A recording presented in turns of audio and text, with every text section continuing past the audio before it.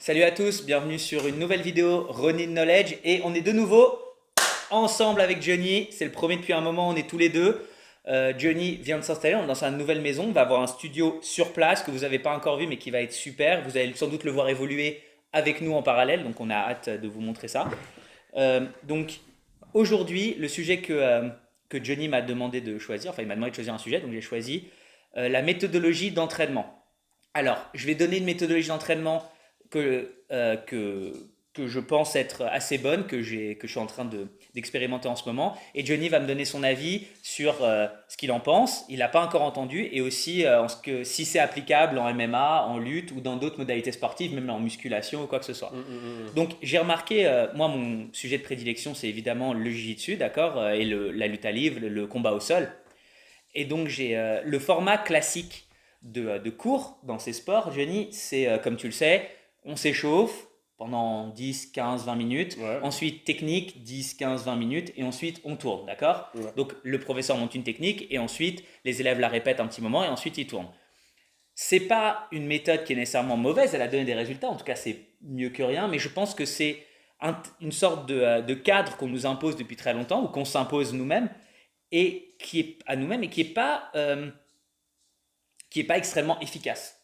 D'accord? Quand on regarde les études qui ont été faites sur la pédagogie et quand on regarde les personnes qui ont appris très très vite dans notre sport et qui ont atteint rapidement un niveau très élevé, d'accord? Elles ont tendance à avoir appliqué des méthodes légèrement différentes. Donc, quand on regarde aussi dans des sports similaires, en lutte ou en judo, qui sont des sports qui, comme étant, de par leur nature olympique, qui ont été un peu plus sujets à des études pédagogiques, on se rend compte que c'est pas nécessairement au plus haut niveau la façon dont les personnes, encore une fois, au plus haut niveau, s'entraînent. Donc voilà le cadre d'entraînement que je propose maintenant à mes élèves de plus en plus et avec lequel je fais un peu des expériences, j'expérimente aussi sur moi. Donc voilà ce que je proposerais. Un échauffement spécifique. Un échauffement d'abord articulaire général, d'accord, des choses qu'on fait à chaque fois, qui sont des mouvements propres qu'on retrouve à chaque fois dans la pratique qui va être, euh, qui va être la sujette au cours, d'accord. Donc pour le sol, ce serait des échauffements articulaires, d'accord, parce qu'on va mobiliser beaucoup les articulations, avec une insistance particulière sur ce sur quoi on va rester le jour même. C'est-à-dire par exemple si on va avoir un cours axé clé de jambe, être sûr de bien avoir d'avoir une bonne couverture synoviale sur les genoux, de bien faire attention à nos chevilles, de préparer nos hanches aux mouvements qui vont devoir être faits. Des mouvements spécifiques, donc cette fois-ci en mouvement pour peut-être en déplacement lié au sujet du jour, d'accord? Parce D'accord. que si on veut tout couvrir, après on s'échauffe pendant trois quarts d'heure. Mhm. Et ensuite, voilà là où on rentre dans le vif du sujet, voilà ce que je propose. Et j'ai eu de très bons résultats pour les fois où je l'ai fait, donc tu vas me donner ton avis. Premièrement, c'est montrer donc une technique sur un thème qui va être maintenu pendant plusieurs semaines, d'accord? D'accord. Donc monter une technique sur un thème, par exemple les clés de jambes, si Mhm. je reste sur ce que je disais, les clés de jambes. D'abord montrer une ou deux techniques liées dont on sait qu'elles ont marché au niveau compétitif le plus élevé, d'accord? D'accord. Qui sont un peu comme les petits cailloux du petit pousset, des choses auxquelles on peut se raccrocher, d'accord? L'élève qui n'a pas de Donc tu connaissances encore, sélectionnes déjà, tu sélectionnes dans un système déjà établi de techniques, des voilà. techniques qui Voilà, sont qui marchent les plus souvent, voilà, dont on sait qu'elles marchent et qu'elles marchent souvent. qui ont un haut pourcentage de Mais réussite. j'explique à chaque fois pourquoi elles marchent. D'accord. Donc si j'explique par exemple comment maintenir un 100 kg, je vais Mhm. expliquer qu'un 100 kg, il est bien maintenu, ou alors si on va rester sur, sur une clé de jambe, qu'une clé de jambe, elle demande des points de contrôle à tel et tel endroit, qu'il y a plusieurs étapes dans le fait d'appliquer une clé de jambe, d'accord? Rentrer dans l'emmêlement de jambes, exposer le talon, contrôler les hanches, et après la mécanique de case, d'accord? Donc pour que mon élève, ou en tout cas la personne qui s'entraîne avec moi, ait une compréhension de pourquoi la clé marche, et pas seulement, pas seulement être un imitateur et imiter la technique, qui comprennent ce qu'il y a derrière. D'accord. Donc par exemple, je vais leur montrer une clé de talon intérieur, Mhm. d'accord, un inside sankaku, et ensuite, après que les élèves aient pu, une fois qu'ils ont un taux de réussite qui est plus de 50% dans la tentative de la technique, je leur demande depuis cette technique-là, de trouver des transitions en accord avec les principes que je leur ai donnés avant, mais je leur donne pas d'indication particulière. Je leur dis, vous savez que par exemple, pour passer une garde, il faut que les genoux pointent au-delà de vous, d'accord? Mhm. Donc vous êtes dans cette position-là, comment vous passez? Et vous savez deux, trois autres choses sur le passage de garde, qu'il faut contrôler l'articulation en amont, etc. Maintenant, jouez avec ça. Et chacun va trouver sa façon de rentrer et de sortir dans cette technique qui D'accord. lui plaît, pour qu'il ne soit pas prisonnier de la position. Il crée des schémas dans Voilà, sa tête. des Il schémas dans sa s'approprie un tête. Voilà, petit peu. exactement, il s'approprie la technique. Ensuite, je propose un entraînement avec résistance à thème, Mhm. où on part depuis cette position-là, D'accord. et où on augmente la résistance petit à petit. On commence avec défense 20 et attaque 20%, 30%, 40%, 50%, jusqu'à monter à un point où ils arrivent à un point de friction où c'est difficile. Ils reviennent au point d'avant, et là D'accord. ils restent dessus pendant un moment. Et ensuite, sparring normal, sauf qu'on part dans cette position-là. Quel serait le point d'avant, par exemple? À quel moment tu définis À partir du moment où il y a un taux de réussite qui est inférieur à ce qu'on pourrait dire 50%. Ok, d'accord. C'est-à-dire Donc, par si par exemple, exemple, l'adversaire met un peu moins de pression. si je pars dans un 100 kg Mhm. ou dans une clé de jambe et que avec un certain niveau de verrouillage et que mon adversaire arrive à partir sur 4 fois où on est revenu dans la position plus de 5 fois sur 10, D'accord. à ce moment-là, ça veut dire que j'ai atteint ce point de friction. Il faut que je reste à cet endroit-là.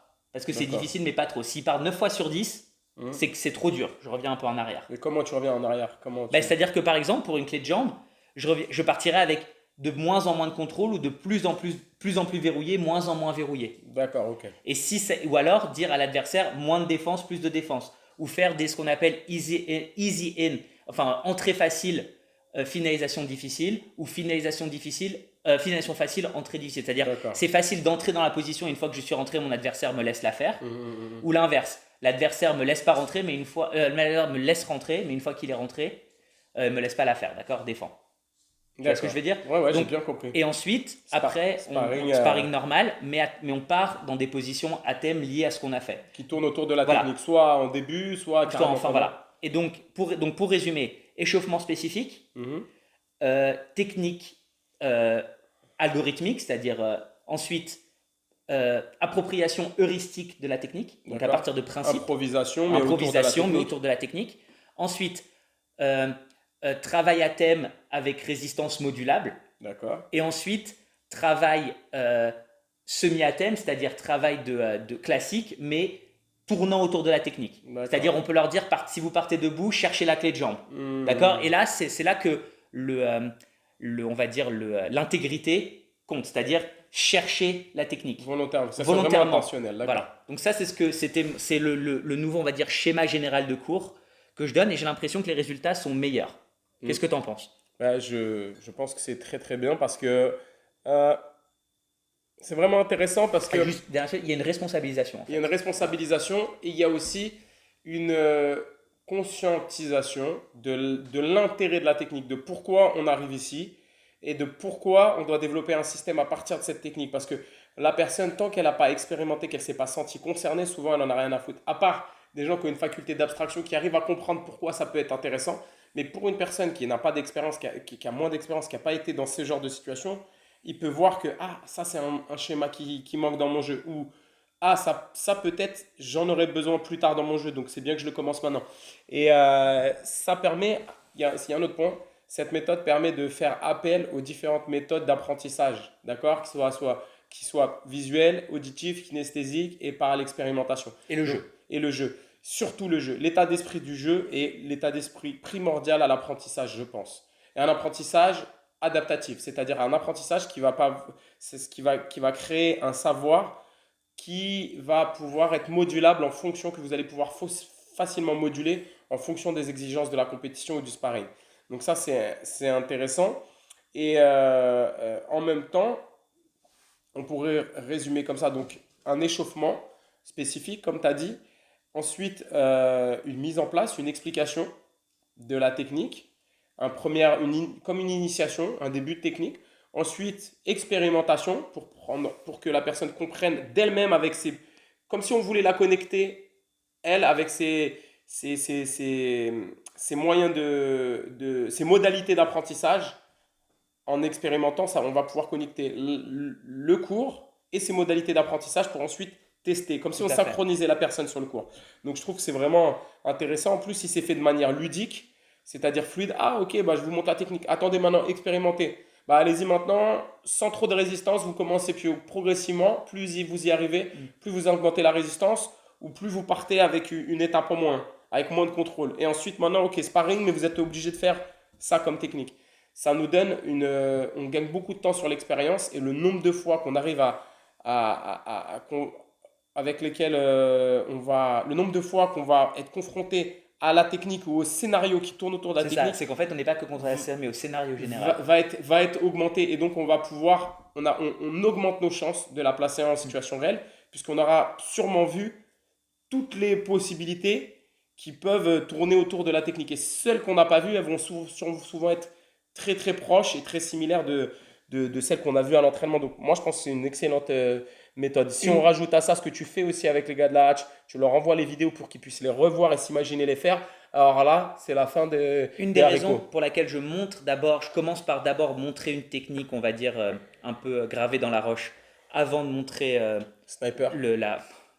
le heuristique, c'est que mon but, c'est que la technique que je leur montre, ce serait un peu comme si je leur montrais sur une carte des, euh, des points de repère. Ils Mm. savent que quoi qu'il arrive, ils connaissent déjà quelque chose. Parce que quelque chose qu'on entend beaucoup dans le sol avec les débutants ou alors avec les personnes qui abordent une nouvelle facette du sol qu'ils n'avaient pas nécessairement abordée avant, c'est mais je connais rien ici. Donc je ne sais pas quoi faire. Donc Ouais. si on leur donne une technique déjà installée, au moins ils ont l'impression de connaître quelque chose et qu'ils peuvent rechercher quelque chose. Là où le professeur devient important, c'est pas tellement dans le fait de montrer la technique, mais c'est après pendant la phase heuristique, c'est-à-dire la phase où l'élève expérimente. Là où c'est très intéressant, c'est qu'en tant que professeur, et c'est là que vous allez pouvoir mesurer le niveau de connaissance de votre prof, c'est quand il va voir vos réactions. Quand je les laisse expérimenter, je pars pas, je vais pas boire et prendre un café. Non, je regarde chacun et je vois, ah tiens, regarde, toi, tu as tendance depuis cette position-là à te remettre, à te relever. Donc, quand tu te relèves, peut-être que tu pourrais expérimenter avec ça. Qu'est-ce que tu en penses? Qu'est-ce que tu penses quand tu te relèves de faire ça? Ou on a vu déjà en lutte quand on faisait comme ça. Qu'est-ce que tu penses de essayer de transitionner avec cette technique-là, Mm, etc. mm, Un mm, mm. autre, toi, je vois que tu aimes transitionner sur peut-être cette autre clé ou cette autre position. Donc, comment tu ferais? Et après, changer, dire à la personne qui a tendance à se mettre à genoux, essaye maintenant de faire en dessous. Et la personne qui repasse en dessous, lui dire, essaye maintenant de revenir au-dessus. Et là, on maintient toujours le pratiquant Dans dans l'apprentissage. l'apprentissage et toujours dans l'expérimentation et Mm. dans le jeu aussi, Et en parce même qu'il n'y temps, a pas de dans une pression. zone de combat, en même temps, tout, comme c'est très ciblé, il est en train d'expérimenter, c'est ouvert, mais en même temps, il améliore directement une zone spécifique. Donc, Exactement. c'est ça, ça mélange un peu ça, parce que souvent on dit oui, je dois ouvrir mon jeu, je dois apprendre des nouvelles techniques, mais faut pas que je perde, faut Pas que quand je même perde que je mon sois jeu fort. spécialisé. Et ben en fait, là, ça répond à ça. Mais là, je pense que n'hésitez pas à expérimenter cette méthode. Ouais. Moi, je reprends l'entraînement à partir de la semaine prochaine, donc je vais pouvoir tester et essayer de progresser. Parce qu'une question que je me pose souvent, c'est quand ça fait des années qu'on s'entraîne, comment on fait pour progresser? On peut voir que pas que progresser dans notre jeu fort, mais aussi le compléter et rester et mettre, pourquoi pas être visionnaire jusqu'à je sais pas quel âge, Qu'est-ce qui tout le fait, temps. excuse-moi, tu me disais tout à l'heure, juste pour revenir à ce que tu disais, qu'est-ce qui fait que certains combattants progressent alors que d'autres stagnent? Hmm. D'accord? Ouais, c'est Qu'est-ce qui fait que ça. certains combattants, toute leur carrière, ils évoluent? Ouais, parce que sur 10 ans, 10 ans, c'est pas beaucoup en fait. Surtout maintenant, de nos jours, avec le nombre de combattants que. C'est rien. Maintenant, c'est tout petit. Le but du jeu, c'est dans une discipline qui est Multisignal. multisignal, tel que le jiu-jitsu brésilien, le grappling, la lutte, sans parler du MMA. Et le MMA, à l'opposé d'une discipline où il y a peu de signaux, tels que l'athlétisme, les Le sprints. sprint, ouais. D'accord? Donc, les sprints, la technique va rentrer en compte, mais c'est une technique bien spécifique à l'image du couloir de sprint qui est très, très, très dirigé. Dans le MMA, toutes les directions sont possibles, tous les timings, tous les temps sont possibles, et on peut gagner de plein de manières différentes, pas que avec le temps. Donc, du fait qu'on puisse gagner d'une autre manière que par des facteurs temporels qui sont liés à une qualité physique qui est presque en grande partie génétique pour le moment, de ce qu'on sait avec des méthodes de développement de qualité physique. Le MMA et les arts martiaux ont besoin d'une base technique en compétition, comme la lutte, ont besoin d'une base minimale de compétences physiques, de force, de cardio, etc. Mais une fois qu'on a ces minima-là, les augmenter ne va pas avoir un impact proportionnel à l'investissement escompté pour pouvoir les dépasser. Par exemple, j'ai atteint un niveau de cardio suffisant. Si je l'augmente un petit peu, le coût pour l'augmenter va demander beaucoup de travail qui va peut-être me fatiguer sur mon cardio, sur mes séances spécifiques de sol et tout.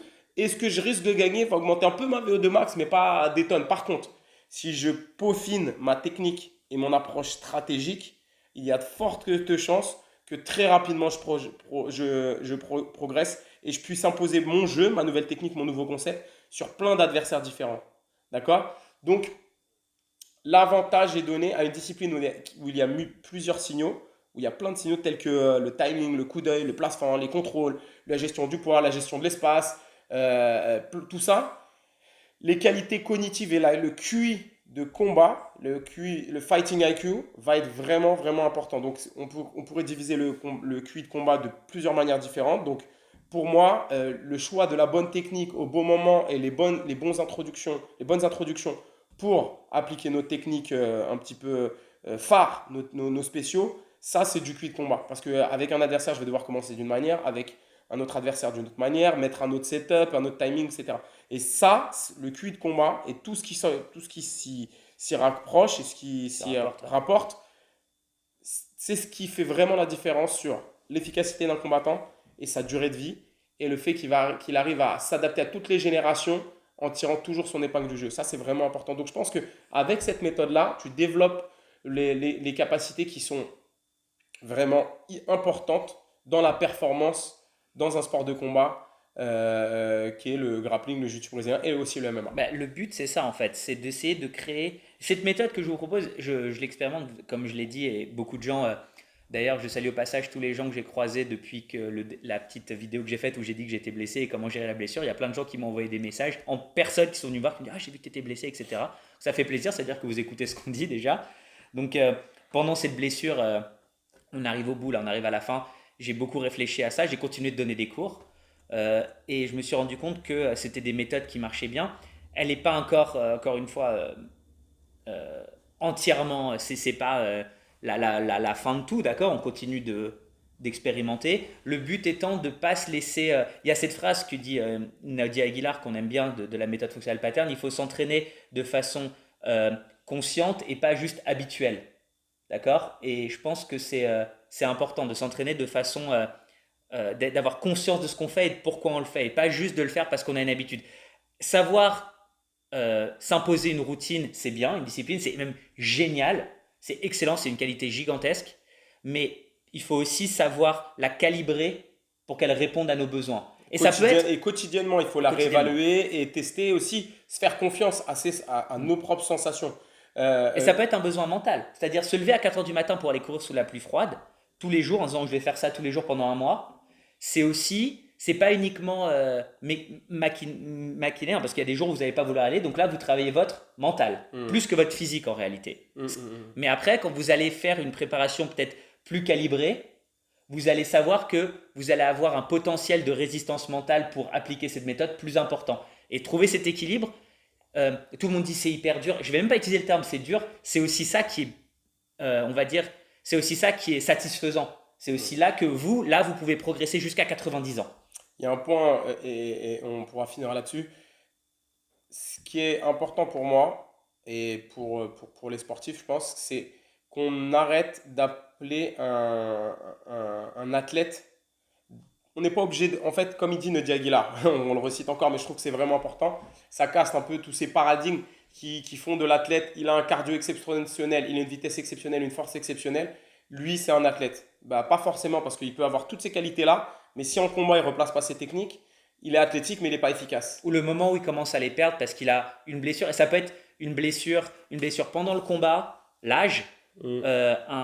ça peut être on l'a emmené dans une phase de combat dans laquelle ces qualités-là Mmh. s'expriment moins bien parce qu'il n'a pas l'habitude parce que c'est pas celle qu'il a développée, d'accord? Je pense à des exemples de strikers très explosifs qui, quand ils se font emmener dans des phases très isométriques de lutte, ont énormément de mal à s'en sortir et inversement. Et inversement.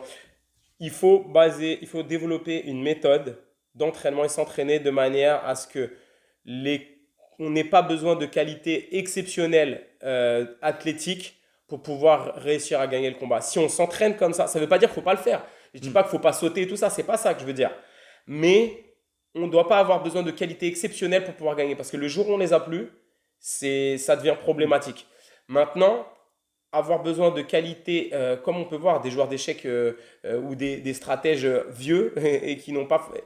On peut le voir, qu'on peut garder cette intelligence et cette efficacité, en tout cas cognitive, très très longtemps. Par contre, les qualités physiques, jusqu'à présent, on ne peut pas les garder trop longtemps, même si grâce aux sciences de l'entraînement, on peut les augmenter avec le temps. Mais, les qualités cognitives de stratégie, non, je dirais dans ce sens-là. Un, développer les qualités motrices de base. Les qualités physiques de base, donc cardio, vitesse, endurance, tout ça, de base. Quelles sont les trois qualités qu'il faut travailler, tu penses? Ou quatre qualités Physique ou motrices qu'il faut travailler? motrice, moi je dirais d'abord se lever, se tenir debout et courir. Ensuite, attraper, tenir, d'accord? Attraper, on lance quelque chose, l'attrape, tenir, ok? Prendre, saisir, ensuite pousser et tirer. Et lancer? Et lancer avant tout ça. Et grimper ensuite. D'accord? Moi, je dirais dans ce sens-là. Après, on peut en discuter. Donc, ensuite, les qualités physiques de base. Donc, la force, l'endurance, toutes les traductions de la force, la vitesse. Ça, c'est la souplesse, l'agilité. Et puis après, on peut développer. Hein. Toutes ces qualités-là sont à développer. Et les qualités cognitives de stratégie, de compréhension, comment connaître les règles, comment gagner un avantage. Euh, euh, et ensuite, Comment combattre comment, contre l'arbitre? Comment combattre voilà, contre les juges? et comment ensuite s'approprier ces règles pour développer ses propres qualités. Dans les DLTA, le développement de l'athlète sur une longue durée, que les Canadiens utilisent beaucoup dans les sports olympiques, ils utilisent cette nomenclature-là, développement des qualités motrices de base. Donc, se relever, se tenir debout, marcher, courir, lancer, et ensuite tout le reste. Tenir, attraper, pousser, tirer, nager, grimper. Et ensuite, les qualités physiques de base, le cardio, la vitesse, la force. Après, même si on peut dire que la force et la vitesse et la force, c'est la vitesse et la traduction de la force, etc. Bon, plein de choses. Augmenter sa capacité respiratoire et après toutes les subdivisions qu'il y a dans tout ça. Et enfin, les qualités cognitives de base. Donc, d'accord, comprendre les règles, savoir comment gagner, savoir comment ne pas perdre, Rester lucide. rester lucide, changer sa stratégie, tenir une stratégie. Et une fois qu'on a tout ça, des minima dans tout ça, ensuite, on doit inverser la pyramide. L'important n'est plus le bas, n'est plus les qualités motrices, on les a déjà, on doit entretenir tout ça et les développer progressivement. Mais maintenant, l'important, c'est les qualités cognitives. Une fois qu'on est parti du bas vers le haut, on doit entretenir le haut, donner une priorité au haut et conserver, développer un peu le bas. Voilà, et ça c'est vraiment important, surtout dans les sports de combat et les arts martiaux. Donc n'hésitez pas à nous dire si vous avez essayé ce genre de méthode, les résultats qu'elles ont donné sur votre progression, quelle méthode vous utilisez. Et puis merci du soutien, on a eu beaucoup de retours après mon combat au roll-up, notamment, j'ai beaucoup de gens qui sont venus et plein de pratiquants même avancés qui étaient là, qui sont venus, on vous écoute dans la voiture et tout ça, donc ça fait vraiment plaisir. Vous Ouais. avez vu, on lâche pas, on a eu des hauts, des bas, des difficultés pour faire les trucs, mais voilà, Pareil, petit moment on est là. d'honnêteté, moi ça m'a fait super plaisir. Alors comme dit Johnny, je suis hyper content, évidemment, hein, il n'y a pas de plus important ou moins important dans nos auditeurs, mais j'ai été très touché de voir des gens qui ont déjà on va dire un palmarès ou un niveau euh, reconnu dans notre petit milieu, nous dire qu'ils trouvaient nos vidéos utiles, parce que on sait que plus on progresse aussi parfois, et je parle pas de ces gens-là en particulier, mais plus bref, souvent, on est tous coupables de ça. Parfois, notre ego fait qu'on referme un peu nos oreilles aux conseils extérieurs, etc. Parce qu'on est tellement concentré sur ce qu'on fait. Et de voir qu'il y a une telle ouverture d'esprit dans le milieu Et un soutien, parce que des et un gens qui viennent de soutien. partout, c'est ouf. Je suis souvent, alors tout le monde vous dira, il y a des gens qui doivent, s'ils voient ça, qui me connaissent bien, qui doivent sourire parce que s'il y a quelqu'un qui est très très très très dur avec le milieu des arts martiaux français, c'est moi, mais je sais aussi reconnaître quand il y a des choses qui me touchent.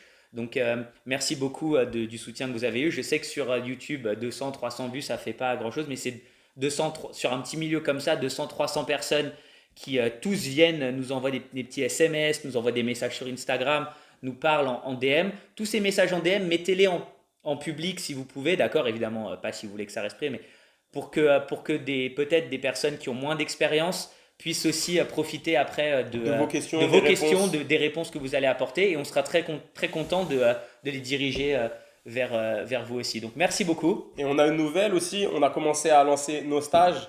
Ouais, Donc on commence ce samedi à Gennevilliers au club Kader Faradji. Donc on commence là et on a plusieurs stages prévus toute l'année. ouais. Donc on sera aussi à Nice Au Summer Camp de au Flavio Summer Camp de Perroba. Flavio. Si vous voulez organiser, j'ai eu plusieurs contacts, on a eu plusieurs contacts pour organiser des cours, des stages. Donc n'hésitez pas, maintenant on a aussi des salles dans le 91, sur Paris. Donc si vous voulez des stages, des cours ou même juste parler avec nous, envoyez-nous un message et on est là. Je vous remercie, merci de votre soutien. Allez, Os. Ossa.